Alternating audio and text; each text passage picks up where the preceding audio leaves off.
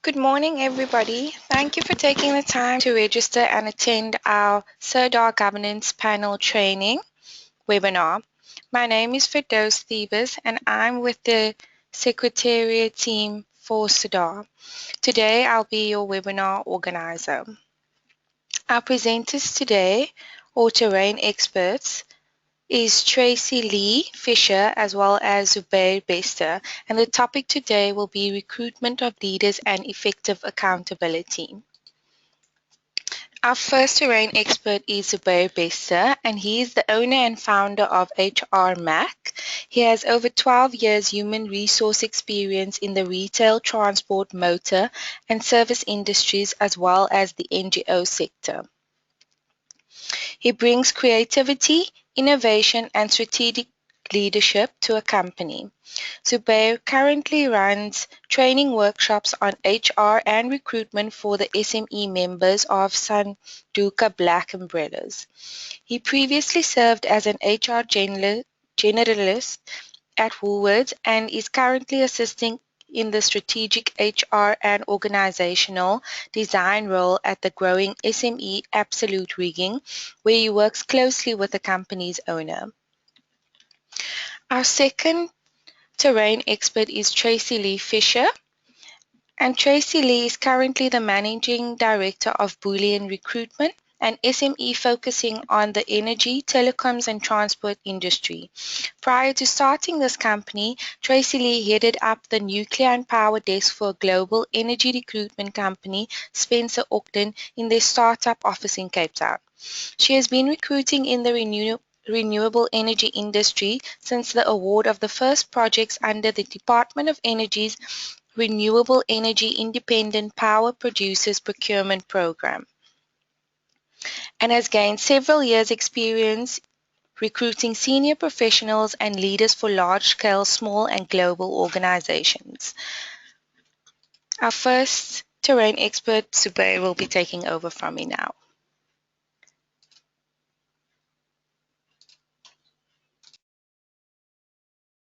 For the introduction.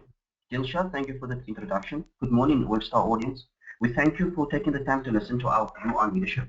Our topic today will focus on leadership for change. The terminologies and definitions may be things you already know, but to truly transform, we need to be reminded from time to time about our role, purpose, and vision we want to share with the world. In the presentation, we will discuss leadership and management, leadership styles and qualities, leadership power, and lastly, conflict. 2 years ago, I did this presentation at a client of mine, Absolute Rigging and Transport, and it's amazing the results we achieved over a 2-year period. The company transformed from an autocratic to a democratic leadership style. This transformation led to the tripling of turnover and assets. In addition, the employee base grew from 20 to 104 employees. Currently, we are grooming leaders in each functional unit, broadening expert power through focused recruitment strategies and training to ensure the future sustainability of the organization. In the September 2014 edition of Cape Business News, there are 3 pages dedicated to the success of Absolute Rigging and Transport. Dilshad will distribute the article at the end of the webinar. Okay, to go straight into the topic for today, leadership for change. Leadership is defined as directly influencing, empowering, inspiring, and motivating people to achieve a common vision. Can I have a bullet point, please, Dr. Firdaus?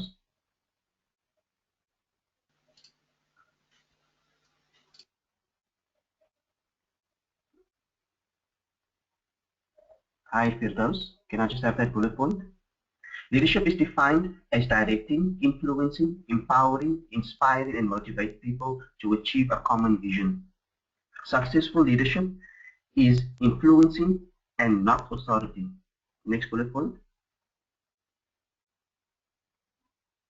So there are 2 things that drives leadership for change. Number 1, a common vision and the ability to influence. Remember, as a leader, you are managing people and you're inspiring people. What's the difference between leadership and management? A manager, firstly, commands, and a leader communicates. Can I have the first bullet point?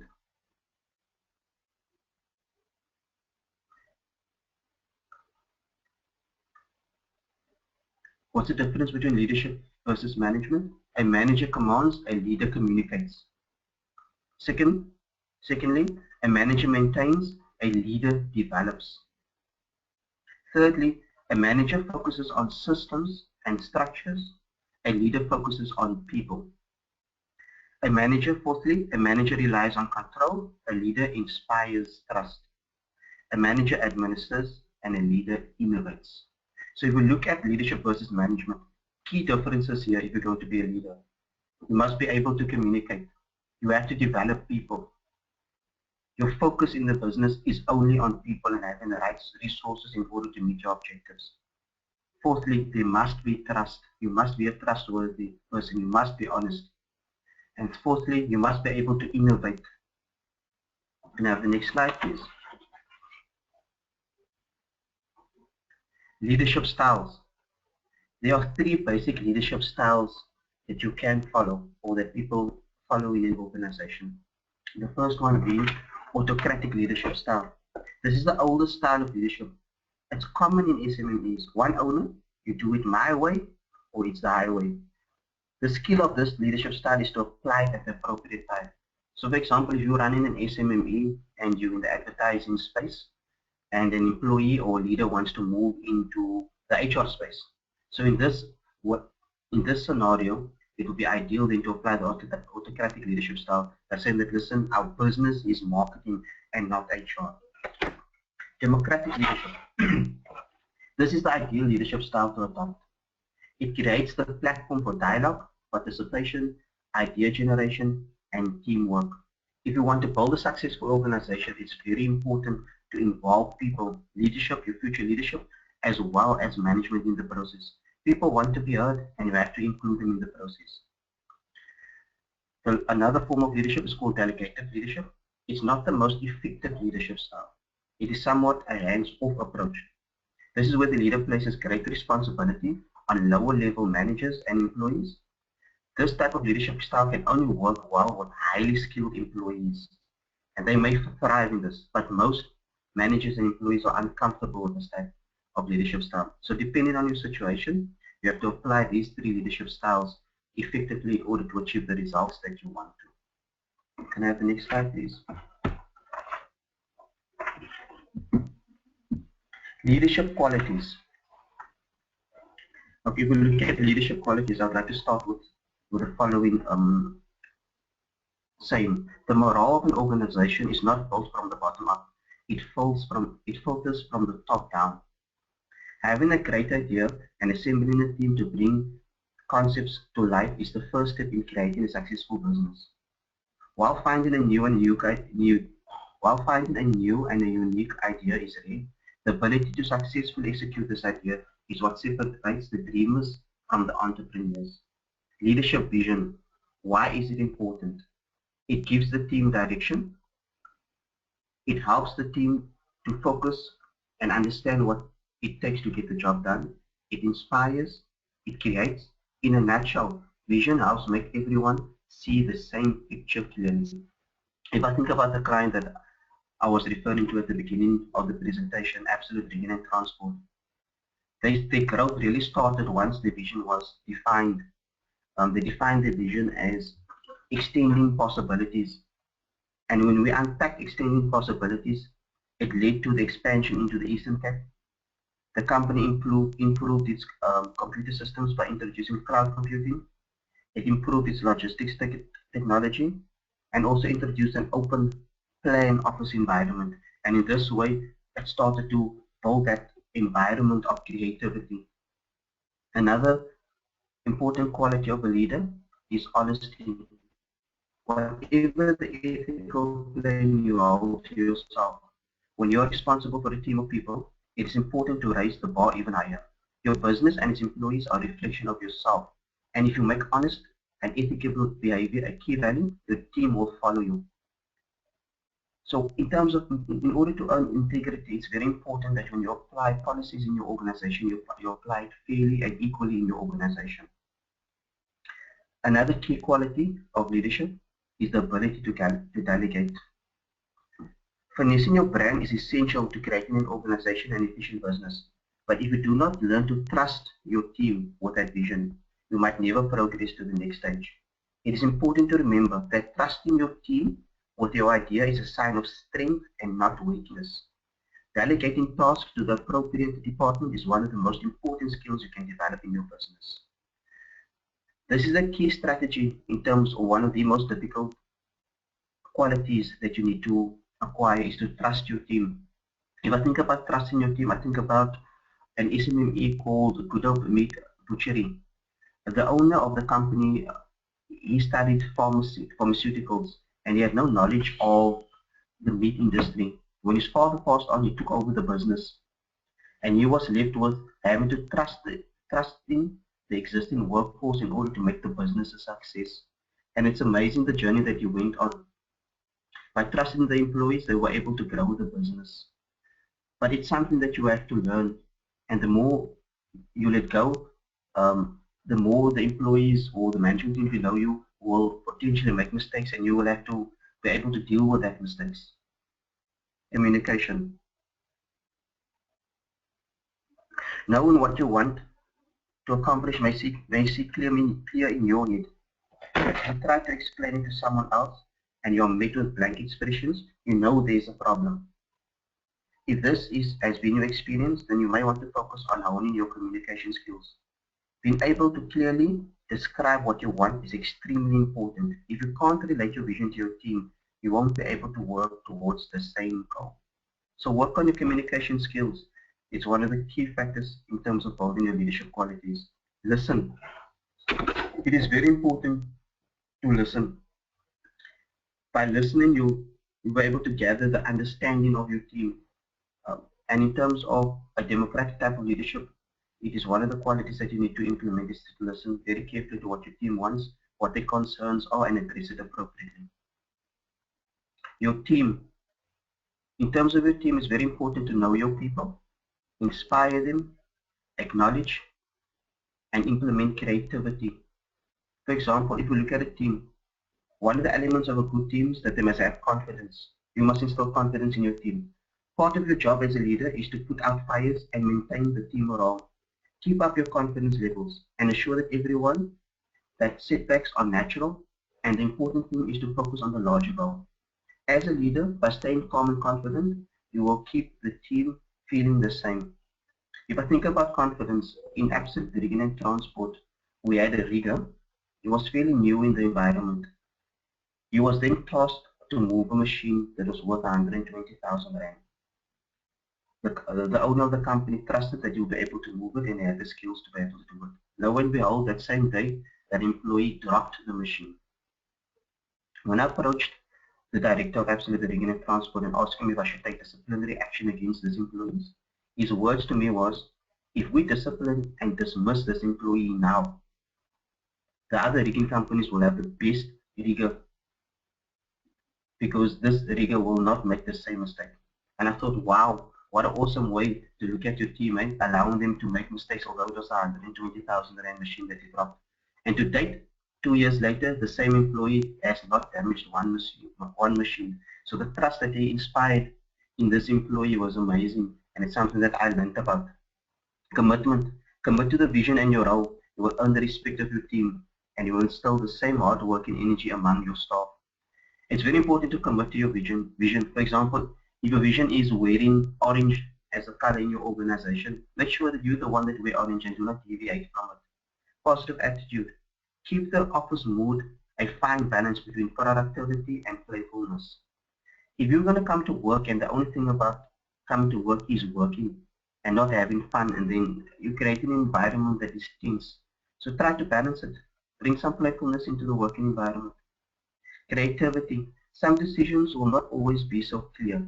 You may be forced at times to deviate from a set course and make an on-the-fly decision. This is where creativity will prove to be vital. So don't be afraid to deviate from your plans. Ability to inspire, acknowledge team efforts. It is your job to keep spirits up that begins with appreciation for hard work. Remember this, that people leave organizations because of poor leadership. Not because of money, not because of working conditions, purely because of vision and poor leadership. Thank you. Can I have the next slide, please? For those, can I have the next slide? Understanding power. first bullet point.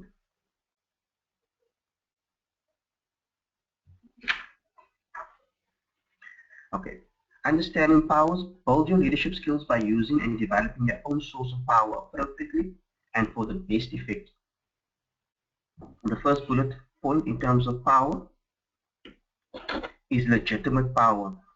This comes from the belief that the person has the right to make demands and expect compliance and obedience from others.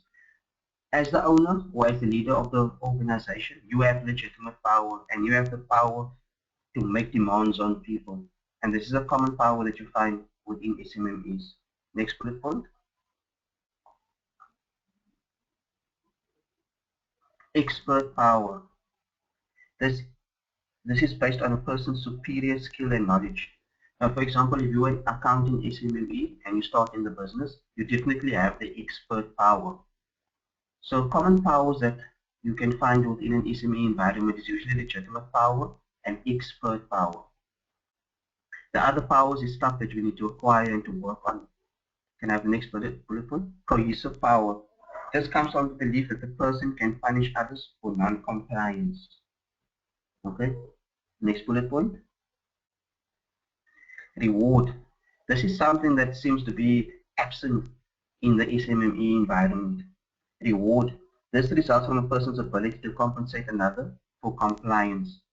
Besides paying a person a salary, it's very important to have a reward structure in place for performance.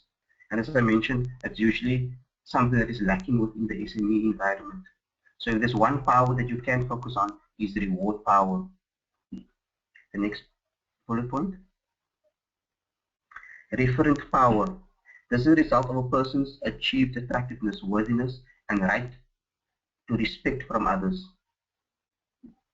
This is a very important power. You need to work on this power because remember, people follow leadership and vision. And you have the right leadership and vision, employees will stay. You don't have to do much to retain them within your organization. They will stay because they have a common vision to work towards. Next slide. Conflict. As a leader, conflict is inevitable. You can't avoid it. First bullet point. So why is conflict so difficult? Okay. Conflict is difficult because it's the root of many leaders' best ideas as well as the core of their worst failures. When it is handled poorly, it can cost an organization heavily in terms of wasted management time, turnover, lawsuits, and in extreme cases, violence and sabotage. When it is addressed effectively, it can stimulate creativity and lead to better decision making. Next bullet point, champion conflict. And the last one, managing conflict. In order to be a successful leader, you must be able to champion conflict, embrace it as a challenge, as something that can stimulate your working environment. Also, as an effective leader, it's important that you manage the conflict because you're not going to get an environment where there is no conflict at all. Can I have the next slide, please?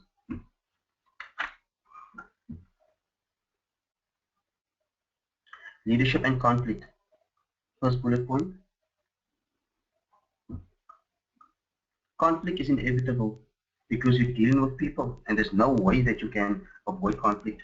When we ask most leaders to describe conflict, they use negative terms such as anger, frustration, and stress. When we ask our leaders, how do you deal with conflict? They say they try to avoid it, or get back at the person.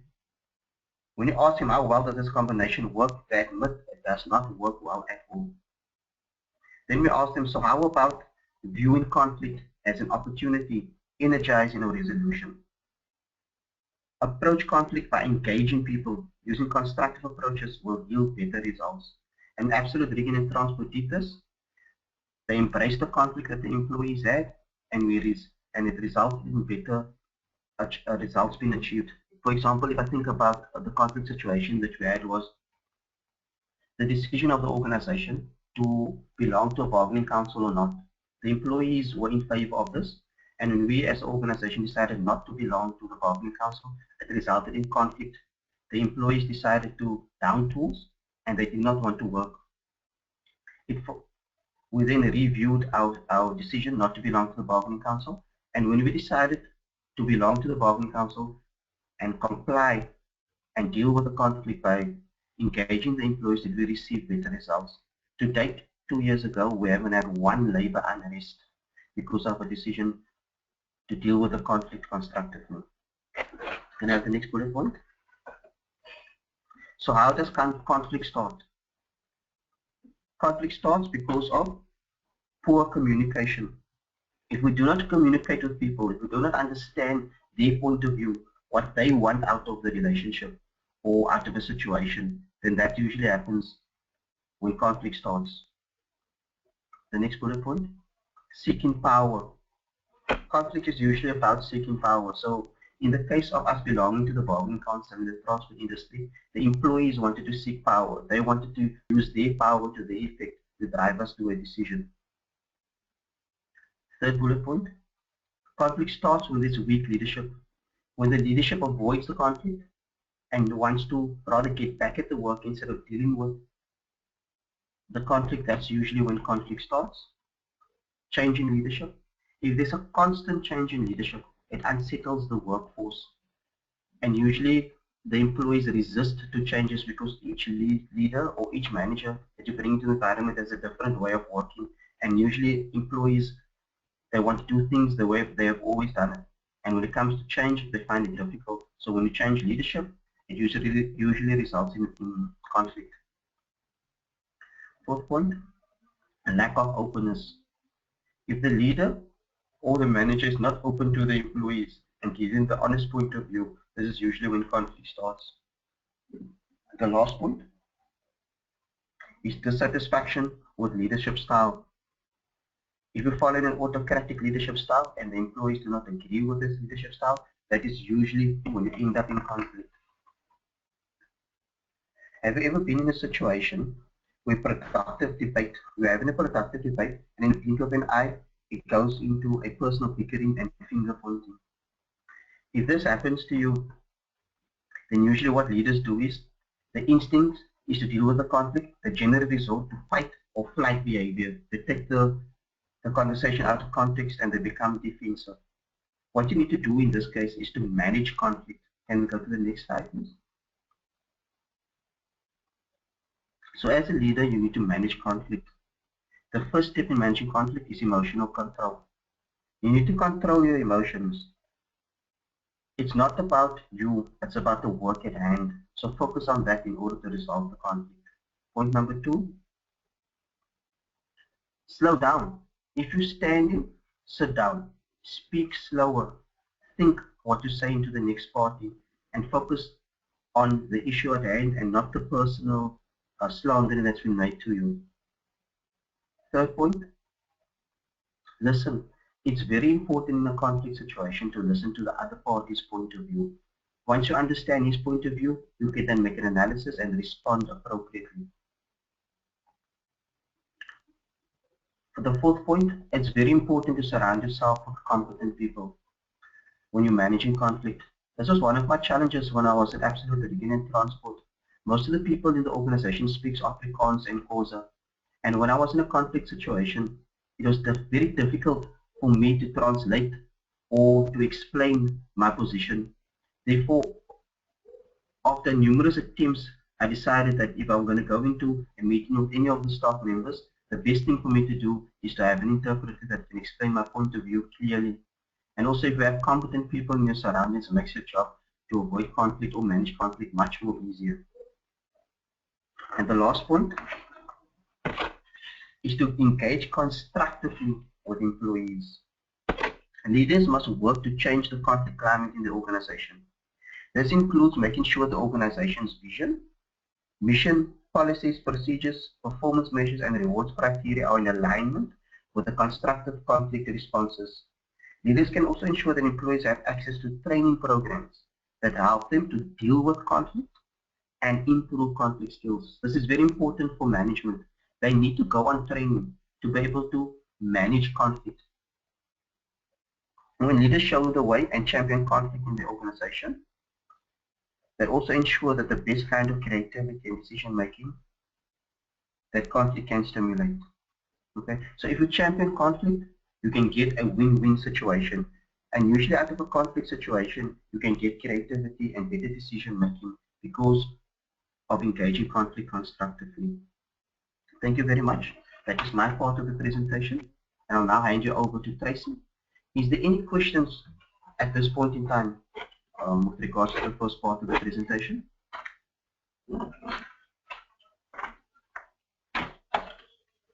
Okay, if there's no questions, and then I'll hand you over to Tracy to do her part of the presentation.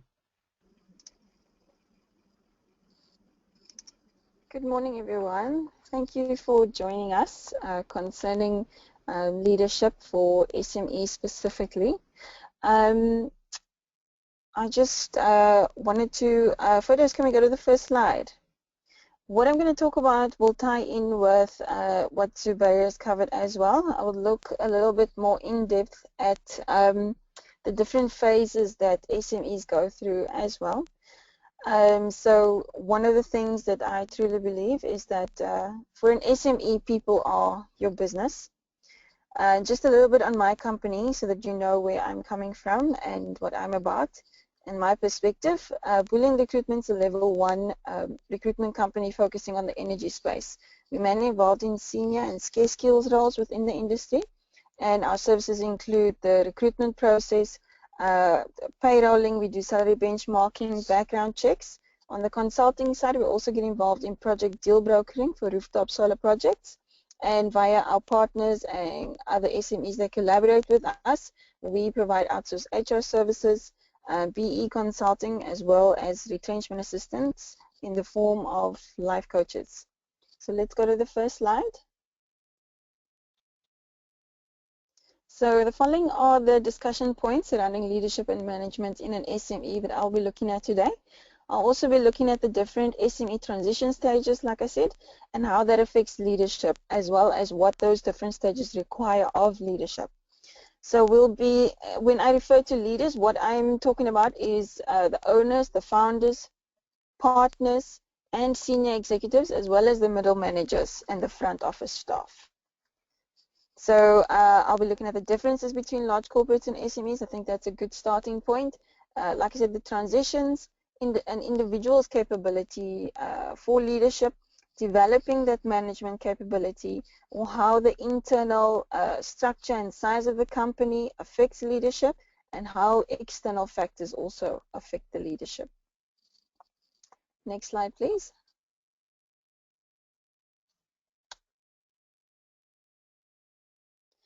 So in the previous webinar with Sirdar, we looked at points 1 and 2, the recruitment cycle, and the importance of hiring the right people for an SME, and also what the consequences are of not hiring the right people, not having a good hiring process. You could probably request that recorded webinar from Sirdar if you're interested in that side, but for today's audience, we thought that points 3 and 4 of this the cycle that we looked at is probably more suitable in terms of developing management capability, the importance of developing that, and how to make that a key part of your organization, as well as why too. So I'm going to look at the factors that affect the application of your management skills and your leadership abilities.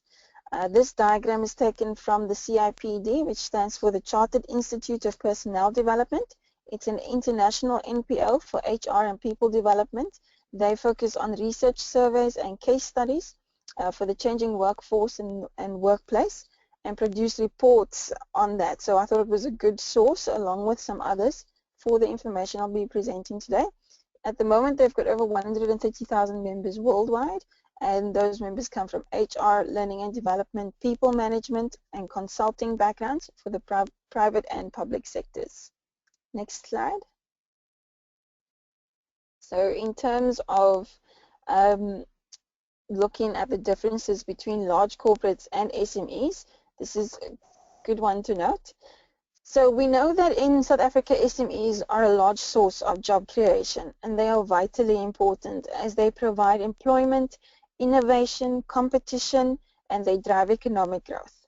It's interesting to note that just recently Facebook was a startup and is an example of a high growth company. The differences from the slide is that in large corporates, you need less agility within leadership. The companies are relatively well known. Leaders can primarily focus on strategy and direction. The companies are mostly in the established phase. It's easier to recruit the best talent for those companies, and the leadership is less involved in regular cash flow management.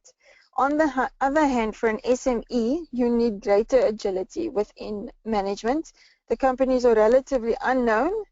The leaders need to be both hands-on, operational, and strategic at the same time. The company is not static. It transitions between different stages as it grows. It's more difficult to recruit for an SME, and leadership is much more involved in cash management, perhaps daily, and in dealing with the banks and so on.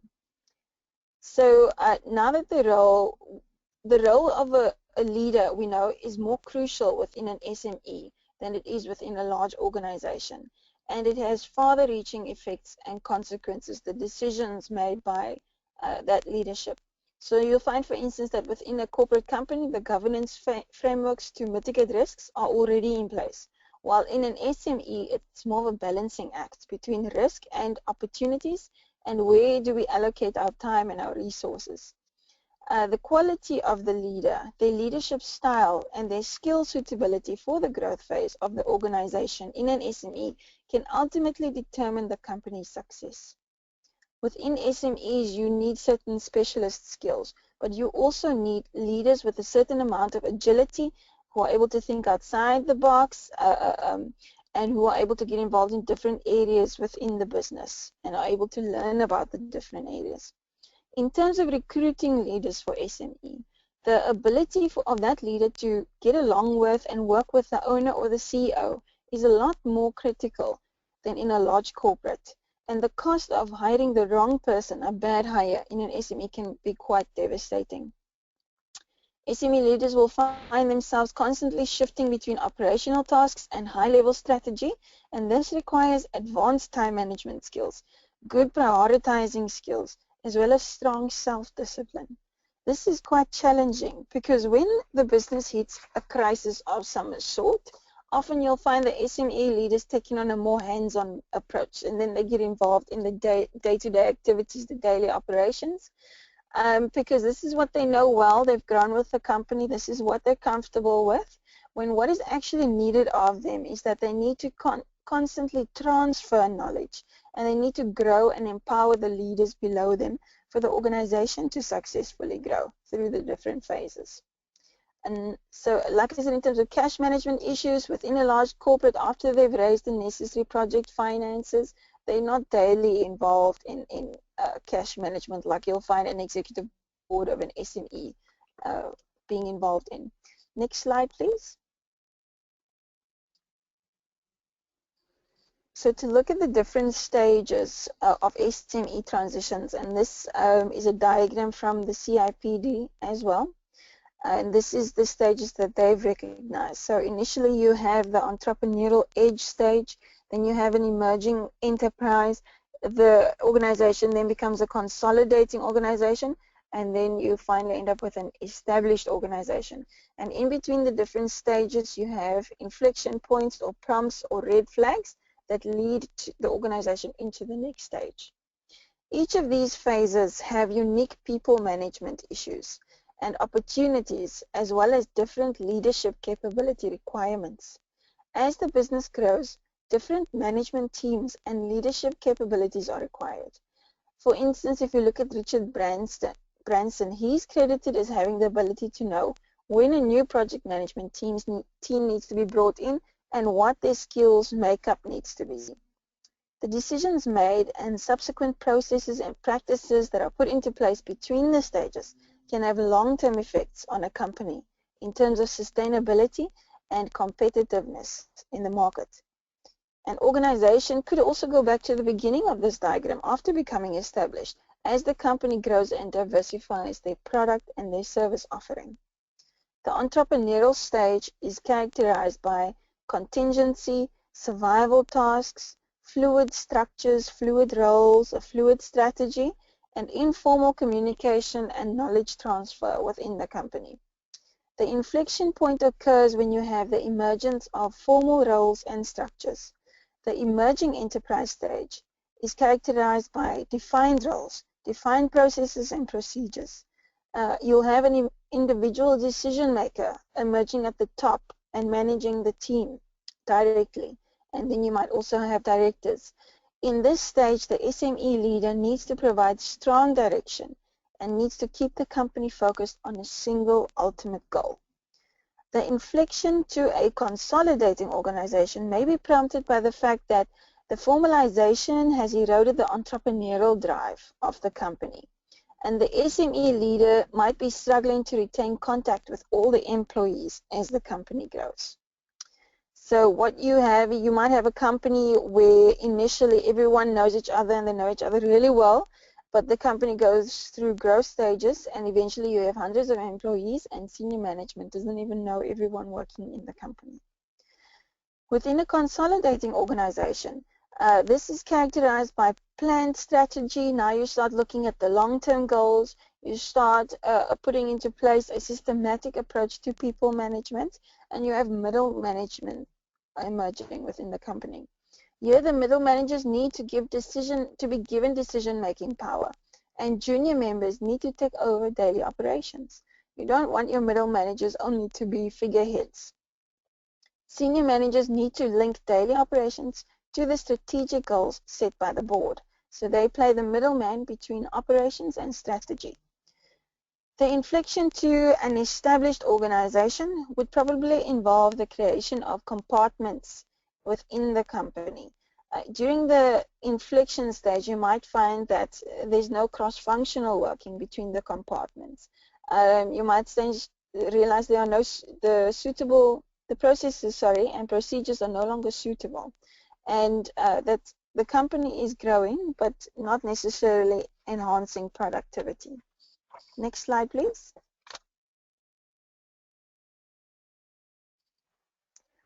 So along with the different stages, you have different types of leaders required within the company.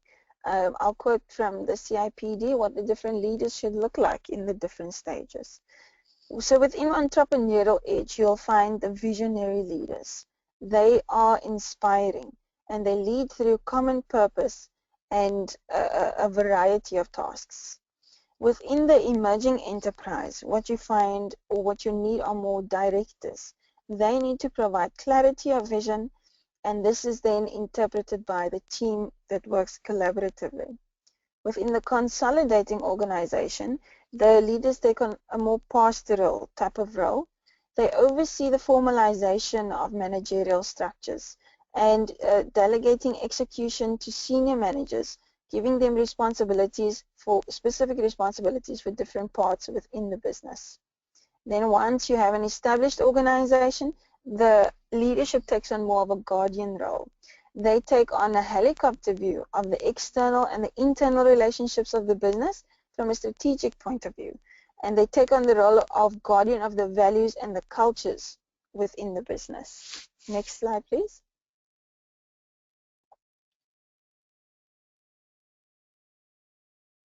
So in terms of startups, I thought I would mention this for interest's sake. It might be something you need to be aware of, as well as the possible effects on your organization. So more often than not, companies are started by family or friends or colleagues that used to work together, or a couple, partners. You might also find yourself in an owner, founder, manager organization where this is all the same person. How does this impact the leadership of your organization? These leaders would be most probably emotionally attached to the company. They feel like it's their baby. They've grown with it, they've started it. Their decisions might thus also be partly emotional because they're attached to the company. Sometimes the owner and the company's best interests are no longer aligned in terms of sustainability of the company and the people working within the company. The owner at that point must make the decision to step out of the daily operations. This is true for both family-owned and founder-managed firms. When you come to the point where you need to establish formal working relationships within the company, this can now become an issue amongst friends or family. Succession planning, succession planning could also be an issue.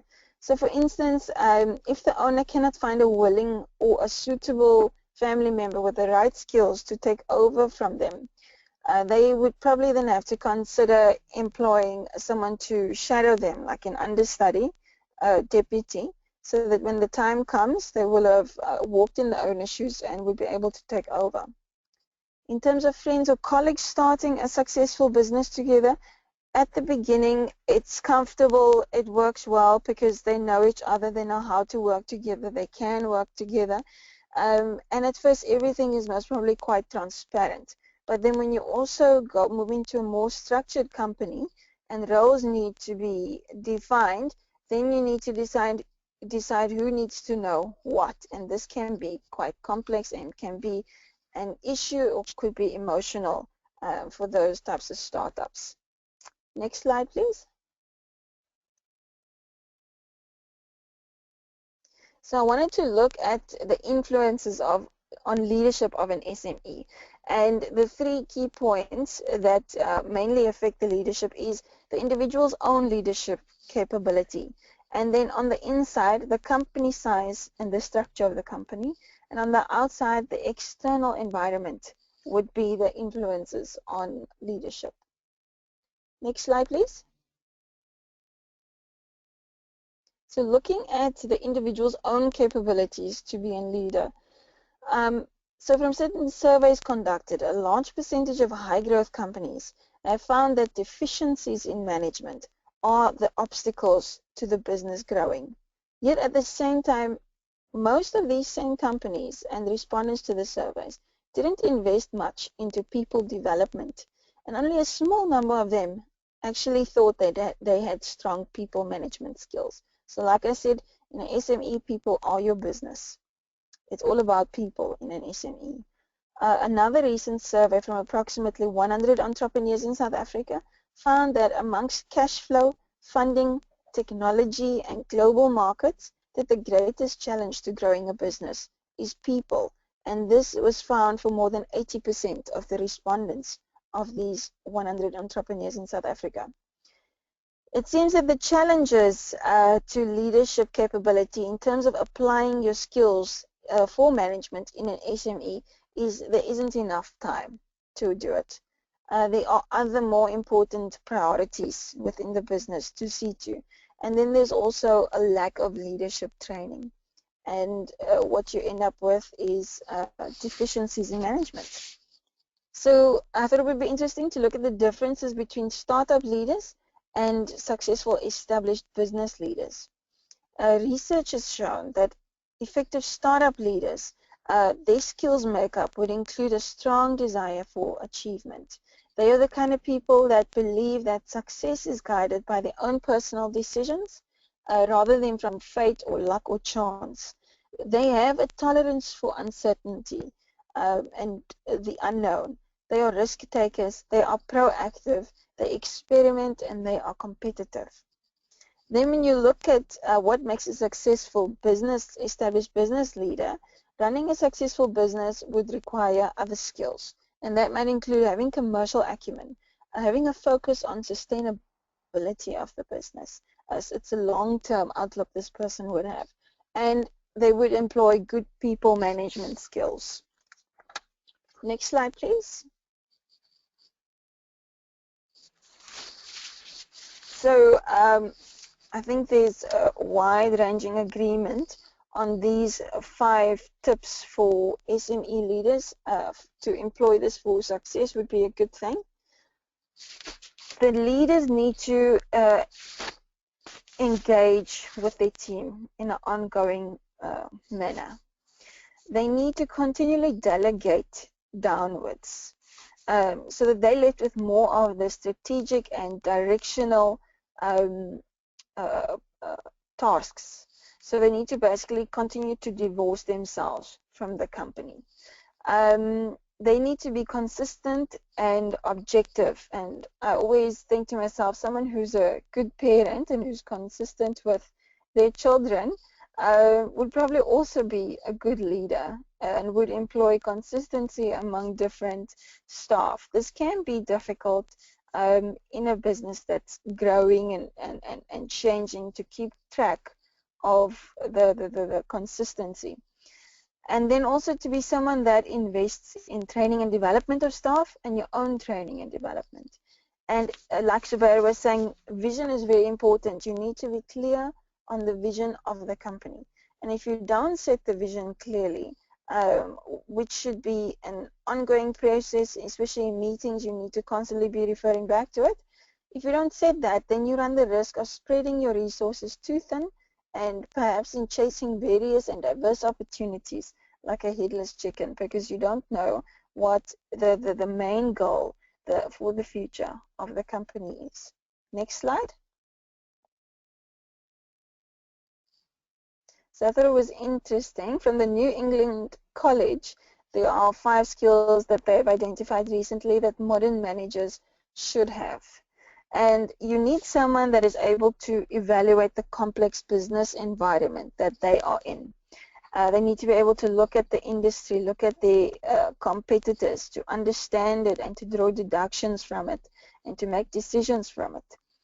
The person needs to be able to cultivate strategic thinking within the company and needs to be an innovator. So not someone that is caught up in old traditions and old ways of doing things or feels comfortable that way, but it needs to be someone that is constantly able to adapt to change and to think strategically when changes come about. This also needs to be someone who can manage projects effectively. So that's more of the doing side of a modern manager, and the strategic side is more of a thinking side. Managing change and uncertainty, if the person is able to effectively do this, that is required of a modern manager in today's business landscape, and the person needs to take responsibility to shape the organization's future. So personally, the soft skills I look for in a leader is someone who's able to inspire, someone who can motivate the team, someone who can lead by example. And the servant leader is one of the best types of leaders, I think. We have a modern example of a servant leader, which was Nelson Mandela, who's been studied as a servant leader, and there's some research that's been written on his manner. Although today I think it's difficult finding a manager or a leader that's not synonymous with a large ego. And in my opinion, an ego can get in the way of progress, and people need to be aware of this. Sometimes they're not aware that they have egos. Next slide, please. So in terms of developing that management capability, we know it's important, we know it affects the company, so we should all realize that we need to develop that and invest in it. Having said that, statistics show that only about a quarter of SME managers actually receive training on people management skills. So often within SMEs, people that are long-serving within the company and are loyal then become the managers just for that fact, and then they are not developed and are actually unable to manage the people below them. And you can compare this with large corporates where you have about half of managers receiving training on people management skills. So think about what stage your organization is in. Does your organization perhaps have a people management issue? Is that the obstacle to growth at the moment? If you have a staff retention issue, you have high staff turnover, then this might actually point to a lack of good people management skills within the company from the managers. Next slide, please. We're nearly done. So in terms of the internal effects and influences on leadership within an SME, as previously stated, the type of leadership that an SME needs changes as the organization grows in size. The company might expand to a national level or a global level. They might then include multiple offices in different locations. What you'll find is certain structures and compartments and hierarchies emerge within the companies as they grow and the size increases. You'll have formalization of processes and procedures, formalization of people management policies, as I mentioned when we went through the transitions. So how do these internal factors impact the leadership of that organization? It can lead to a lack of agility from a market perspective, an external perspective. While you're internally focused on these things and the growth of the company and sorting and compartmentalizing the company, you could then lose your agility that you had at the beginning. So as a side note, the company culture could also change. It can go from, like I said, a group of people that know each other to hundreds of people and no one knows each other in the company. And that culture, the culture of a company, is ultimately set by the people within the company. So while you're internally focused, you're losing an external focus, most probably. Next slide, please. What's the effects of the external environment on the leadership of an SME? External factors could include legislation, regulations, the economy, demographics, for instance, in an aging society or where there's an age gap, skills availability, competition, and new market trends, etc. These factors might require the company to adapt quickly. It might cause you to have to diversify your products and to look at different target markets. You might have to balance the autonomy that you're giving the front office employees versus the management, the control you want to have within management. Next slide, please. So in conclusion, I would like to reiterate the findings and advice of the CIPD in terms of silos that emerge and red tape within SMEs. This can develop quickly, and this is actually a characteristic of large organizations. Yet SMEs should consider avoiding trying to build the quote-unquote empires of the corporate world and should instead use innovative people management solutions to retain the agility characteristic of SMEs. Although traditionally leaders are positioned at the pinnacle of an organization, there is greater and greater realization within SMEs that we need leaders throughout. And the nature of effective leadership in an SME is actually fluid, depending on the transition stage that the company is in. The business and the people perspective must be taken into account, and boards might lean more towards only taking into the business perspective. It's a balancing act and there's no right or wrong. We live and learn.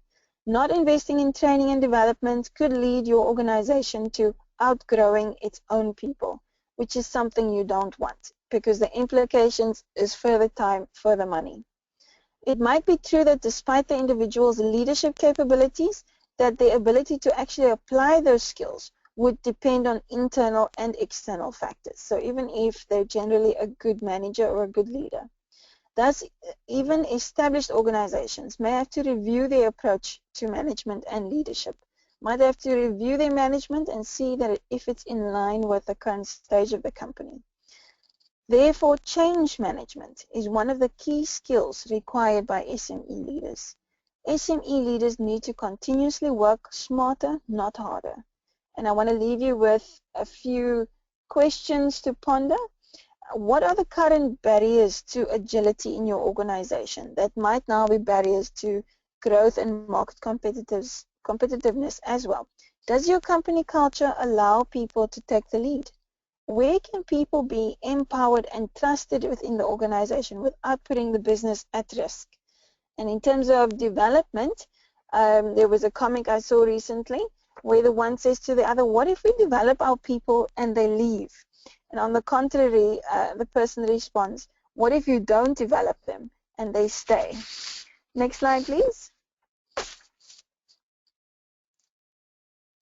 So this is the references that I've used. If you'd like to have a look at the research reports, you could email me or go to the CIPD website.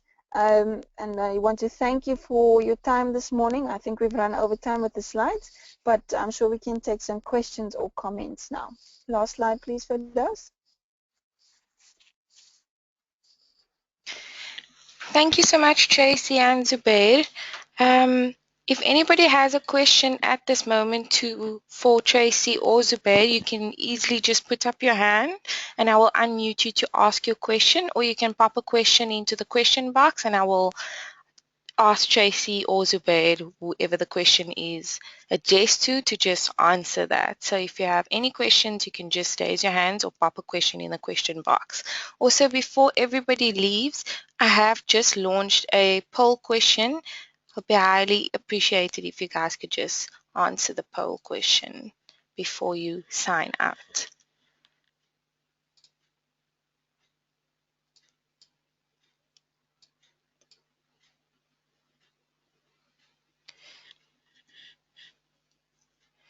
Tracy and Zubair, I don't see any questions at the moment or anyone raising their hands. What can be done if you do have a question or anything that you want to ask Tracy or Zubair after the webinar, you can easily just send me an email at firdausthebus@sirdargroup.com, or you can pose your question to dilshadparker@sirdargroup.com if you think of something after the webinar. But at the moment, okay, there's one question. Just hold on.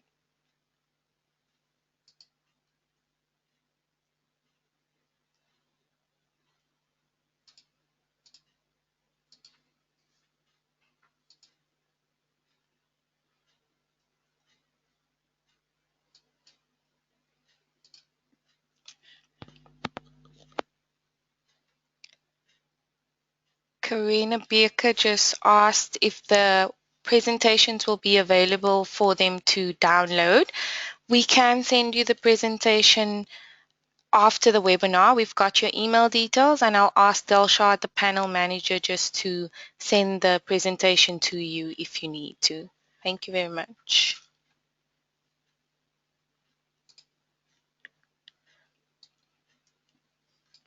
If there are any other questions before we just close out, can anybody just put up their hand or put a question in the question box? If I don't see any in the next minute or so, I will be ending the presentation. Thank you, Tracy and Zubair. Have a lovely day further.